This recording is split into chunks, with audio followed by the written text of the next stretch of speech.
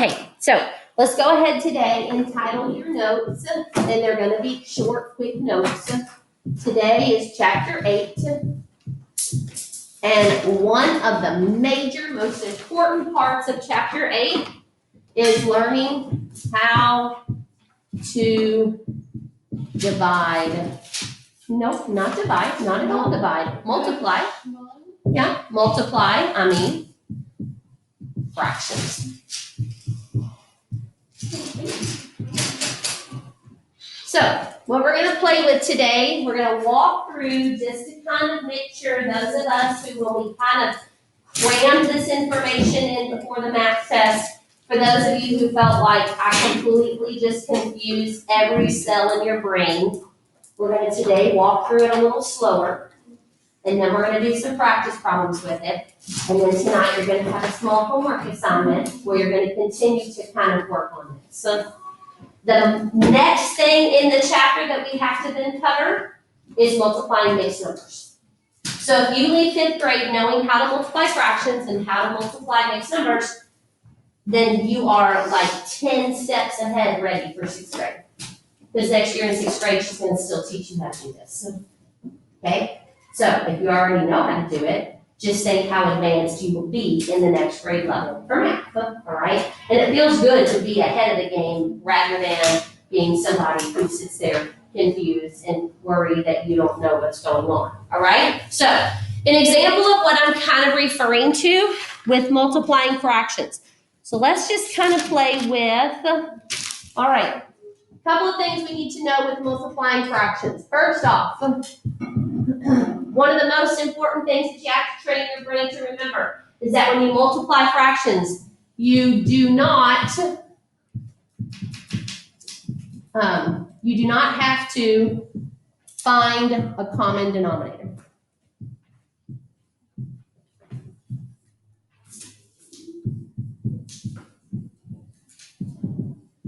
That is only for adding and subtracting fractions. And that's going to you're going to easily forget that. I promise you, you will. By next year in 6th grade, it feels all really fresh right now.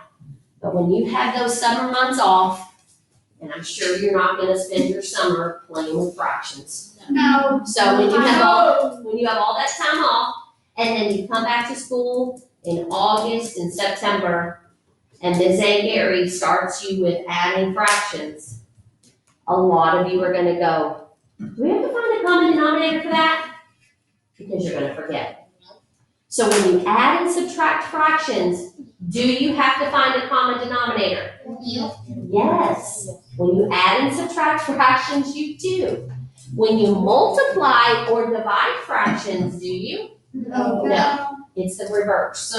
So that's one of the major things you have to remember, is that when you multiply or you divide fractions, you do not have to find a common denominator, okay? Another major thing to remember in this chapter is that you are going to simplify before you multiply. That's cool. Okay? Simplify before you multiply. And that might just feel for you like something that you can do if you want to. But I'm going to show you here in just a moment that if you don't simplify before you multiply, you're going to end up sometimes playing with some seriously big numbers. And what do we know with fractions you always have to do before you can say this is my final answer? What do you have to do? Yeah. Simplify. You've got to always put the fraction in simplest form. So would you be happy, for example, with looking at a fraction that, say, was something like 98 over 126, and you had to simplify that? That would not be a fun fraction to simplify. So if you can simplify before you get to that point, don't you think it's going to make your life a lot easier? Yes. We don't want to get to the point where we're staring at fractions like that, okay? That'd be way too gross to have to even play with. It's going to take you a long time to get that fraction in simplest form. So what you wanna do is simplify before you multiply, okay? So let's check out an example. All right, so here we go.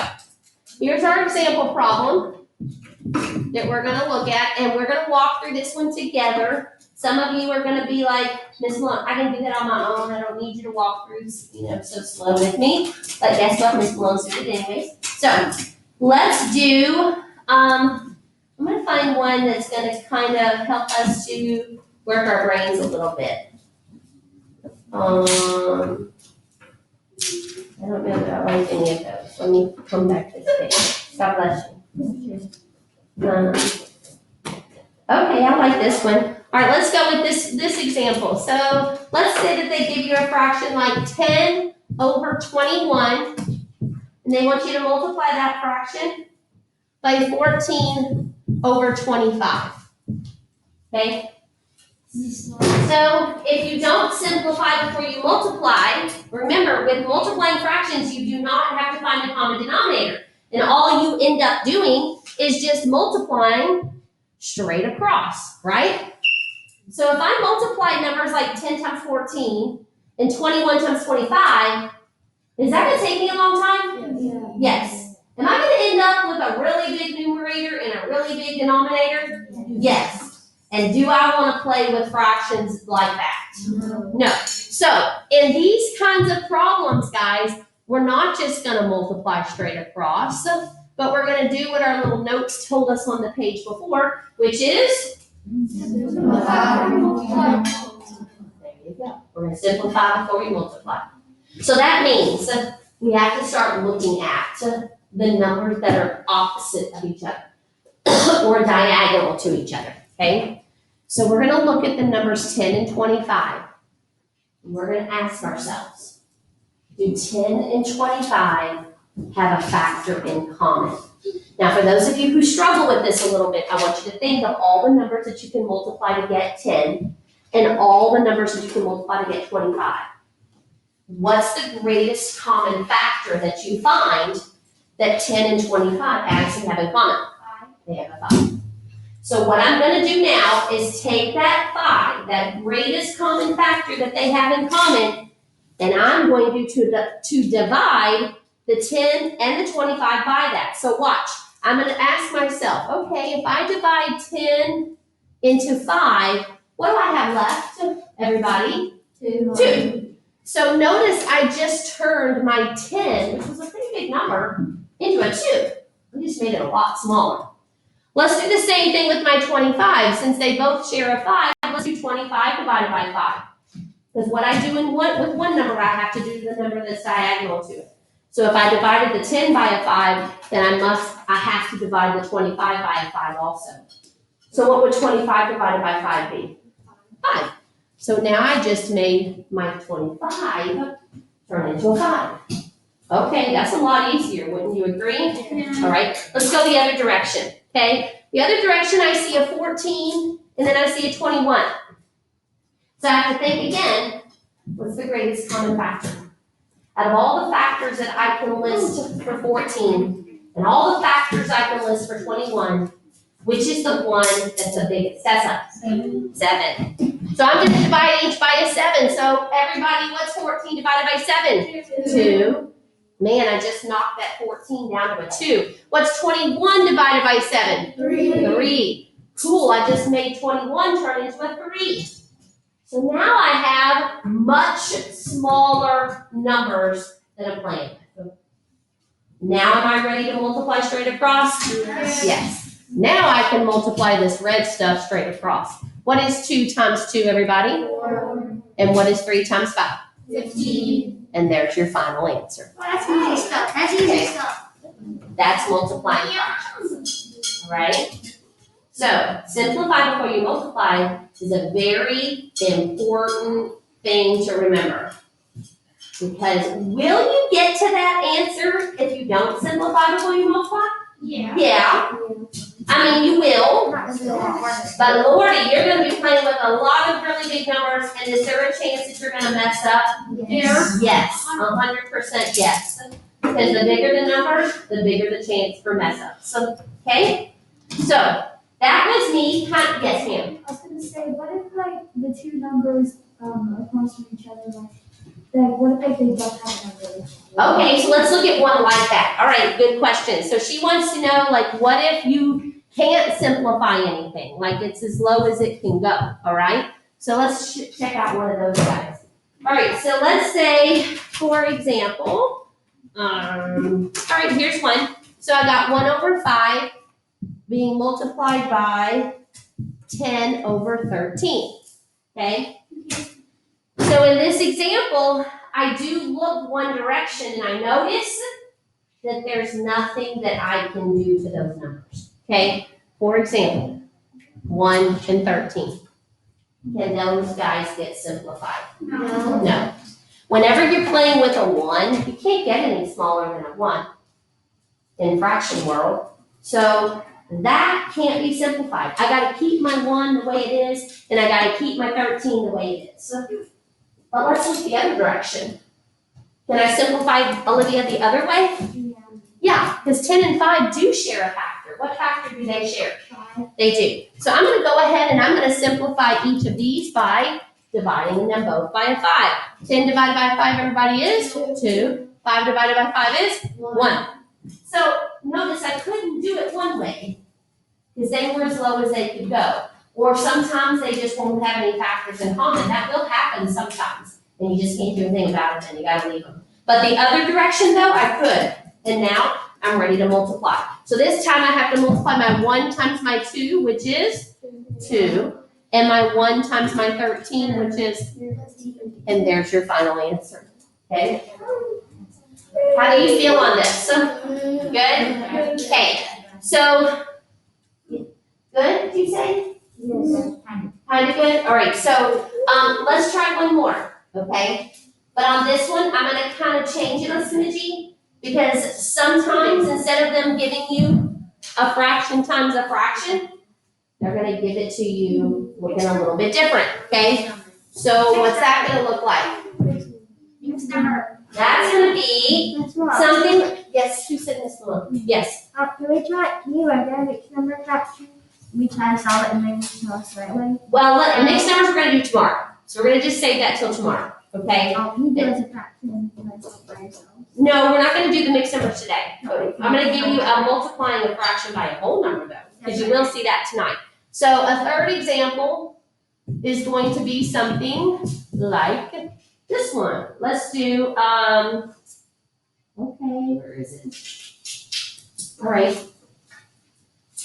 15/16 times 8.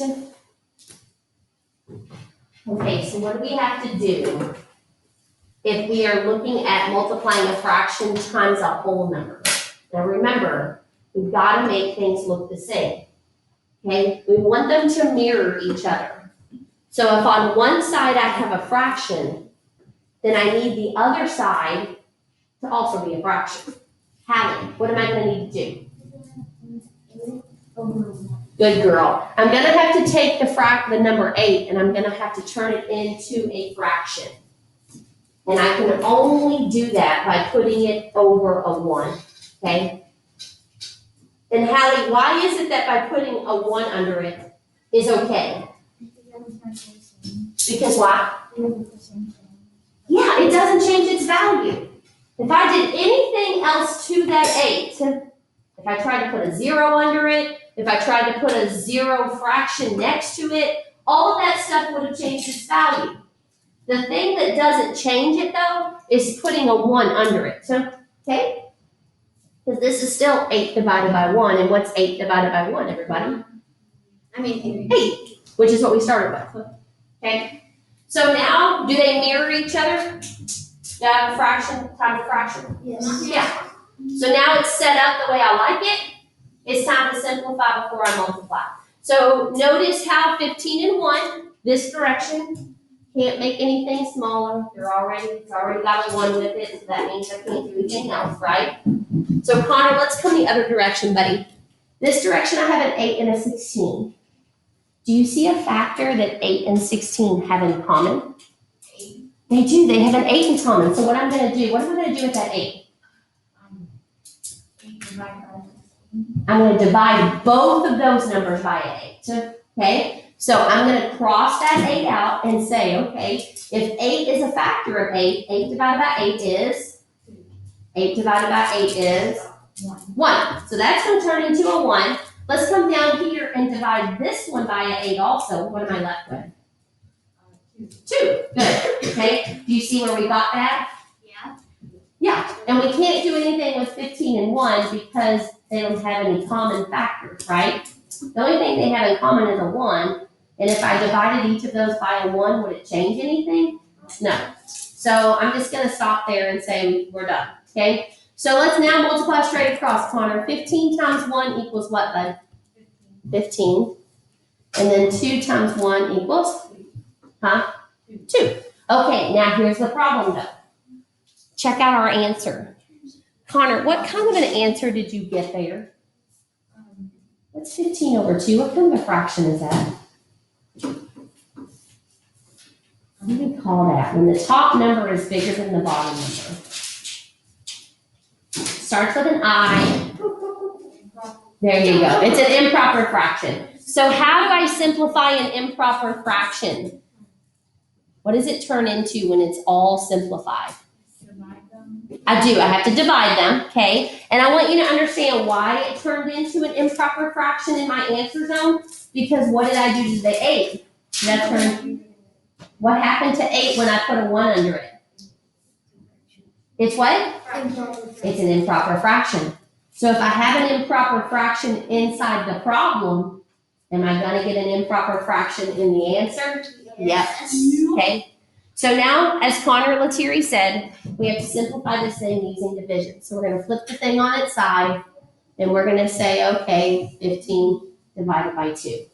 So 2 will go into 15 crowd about how many times? 7.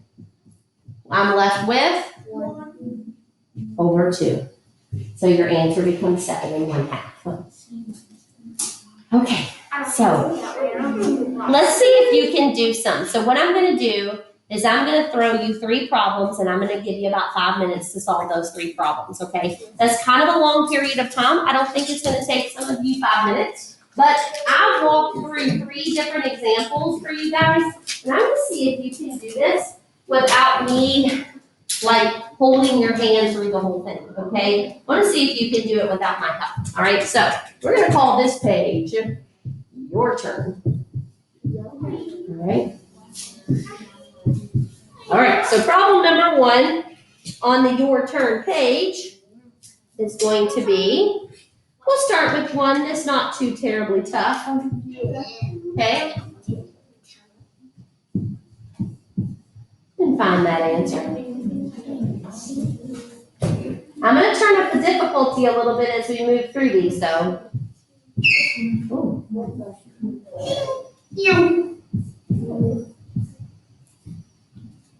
Oopsie, sorry.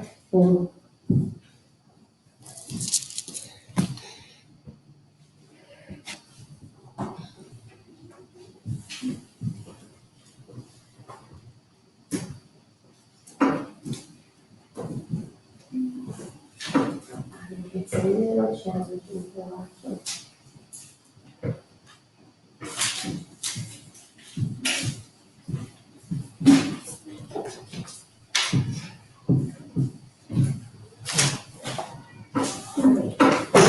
There you go.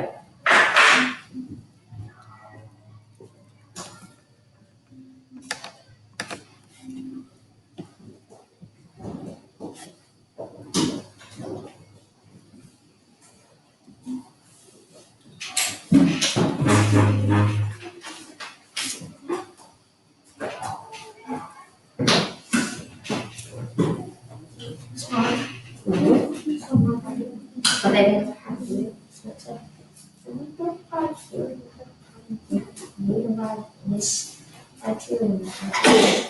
Are you looking at this number example? No. Which one? Number 1. Okay. So this is your problem here? Yeah. 4 times 2. So yeah, you simplified this number and this number, and you turned it into a 1, and now you just want to straight across. So if I were you, though, buddy, I would cross out that 2. Don't erase it, because it was there. And now your brain knows that the 1 is what you're playing with. And cross out that 4 down there too. So now you just multiply the digits that are left at the top, and then that gives you your top number.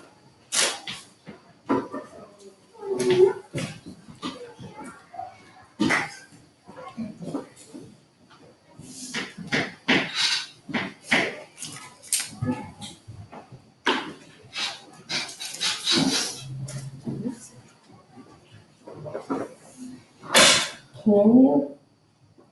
Yeah, you can, you should, yeah. Now, I'm gonna tell you though, buddy, if you ended up, boys and girls, this is true for all of you.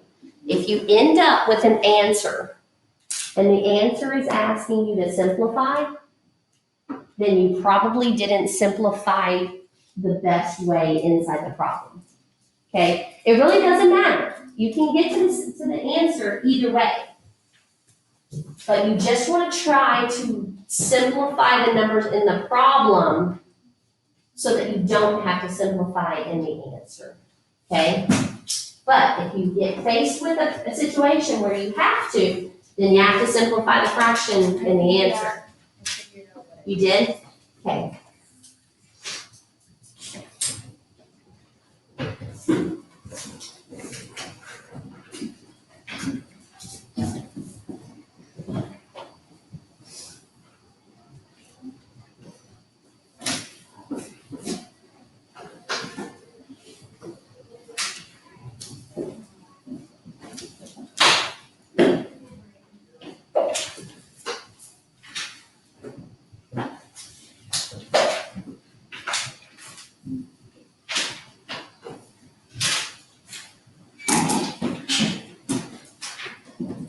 All right, you've got about a minute and a half left. And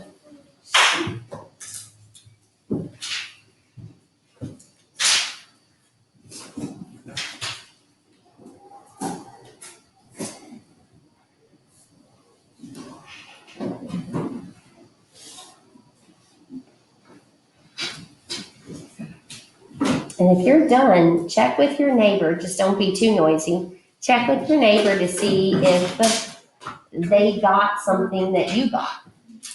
So you can kind of bounce your ideas off of them.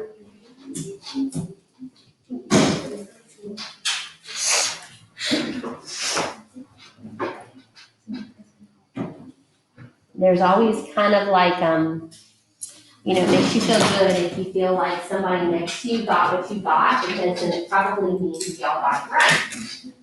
Or maybe you both got it wrong. I don't know. See, okay?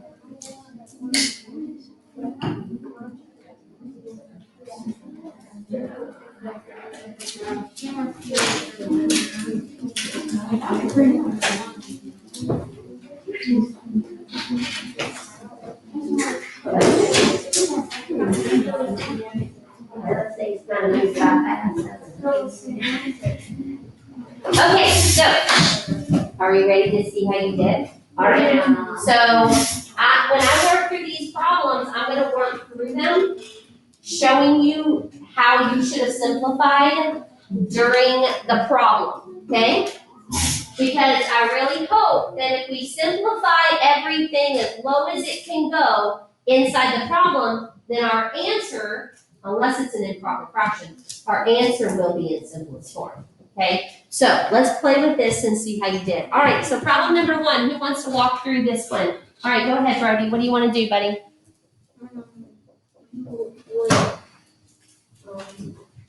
Look at 1 and 7 and you would see if you can simplify anything.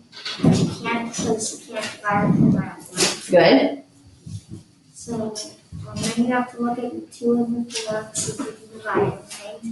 And you can, because it's like 2. Good. So he's noticing. So I'm just going to repeat your words in case the people at home, the microphone's not picking up your voice. But basically what Brody is saying is that 1 and 7 have nothing in common, so they have to say that way.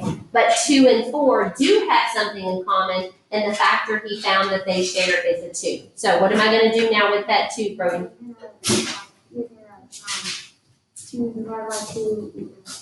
Good. And notice, you guys, I'm going to cross out my 2. Please don't erase the 2. Some of you guys always want to do that. You want to like eliminate the number that was there first. Don't do that.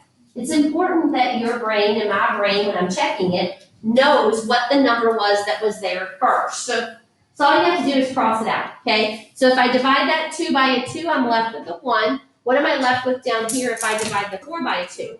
I'm left with a 2. So now, the final step is to just do what, Roni? And so what do I get? 1 times 1 is 4. 2 times 7 is 14. Beautiful. 114. Who got it?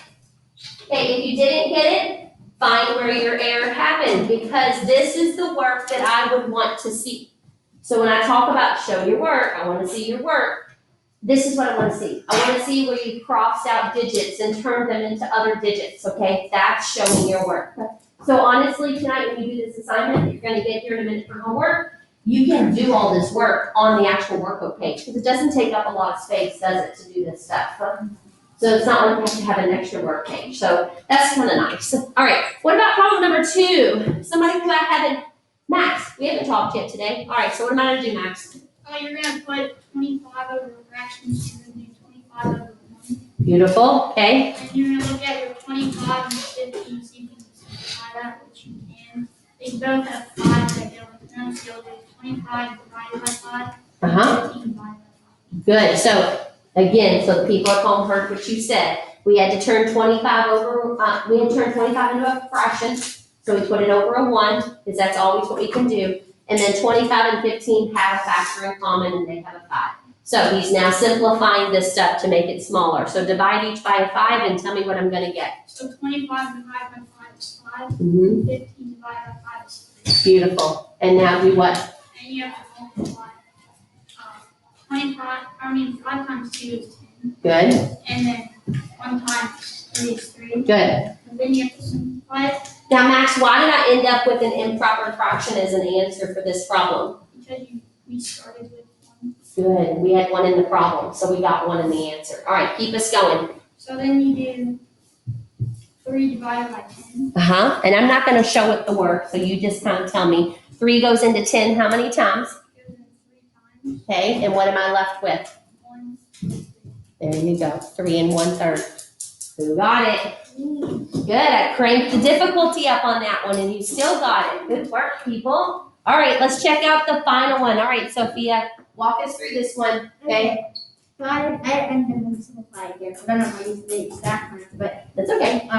so first we have to do is to simplify 8 and 20, Okay. which would become a 4 and a 10. Good. So now, here's what I want to say to you, though. I know, you can help my brother. So, but because we want everybody to kind of see, and people at home how to see it by simplifying using the largest number that they have in common. So Sophia, and what she did was fine. She probably is going to get to the same answer that I'm going to get to. But when she looked at 8 and 20, she noticed that they had a 2 in common, and they do have a 2 in common.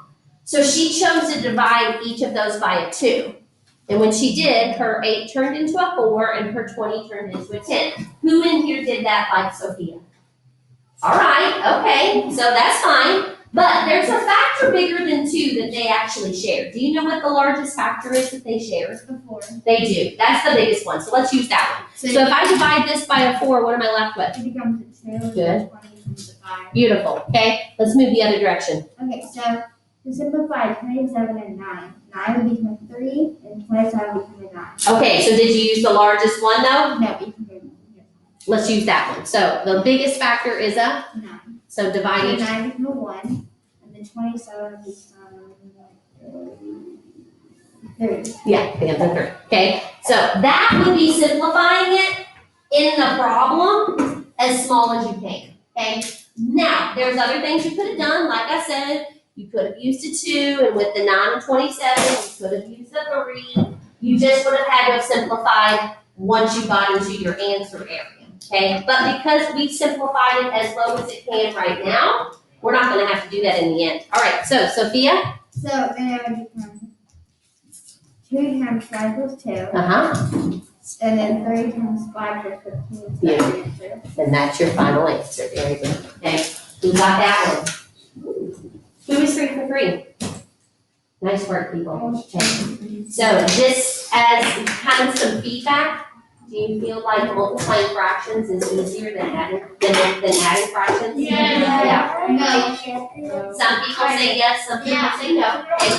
So your assignment this evening, everybody turn your workbook please to page 133. So we're jumping forward a lot because remember, we can only touch on certain things throughout the chapter. So this is a page that we have to kind of practice from. So as you see, by just looking at page 133, it's loaded with a lot of multiplication fractions. So I don't make you do all of them. Now, here's the plan. So listen to which ones you have to complete. So first off, you only have to do page 133. You do not have to do page 134. But on page 133, there are examples of problems that we didn't really practice today because they're not really problems that you're going to see in 6th grade. And those are the ones that have you multiplying 3 fractions together. So numbers 17, 18, 19, 20, and 21, you do not have to do those. So you can kind of draw a slash through those numbers because those you don't have to do. Now, if you want to try to challenge yourself, because some of you are really math smart, and you might want to kind of see if you can do 1 or 2 of those, try it if you want. But the only ones that I'm requiring you to do is workbook page 133, 1 through 16, all. Okay, you have to do all of those. So that's 16 problems. These should not take you guys very long because as you just saw, you did 3 problems in 5 minutes. So 16 problems should honestly take you about 15 minutes to finish this assignment. Okay, that's not brutal stuff. But I want to see the work, so I want to see where you crossed out digits and made things smaller so that I'm seeing that you're simplifying before you're multiplying. Okay? Any questions on today's assignment? Yes. Absolutely.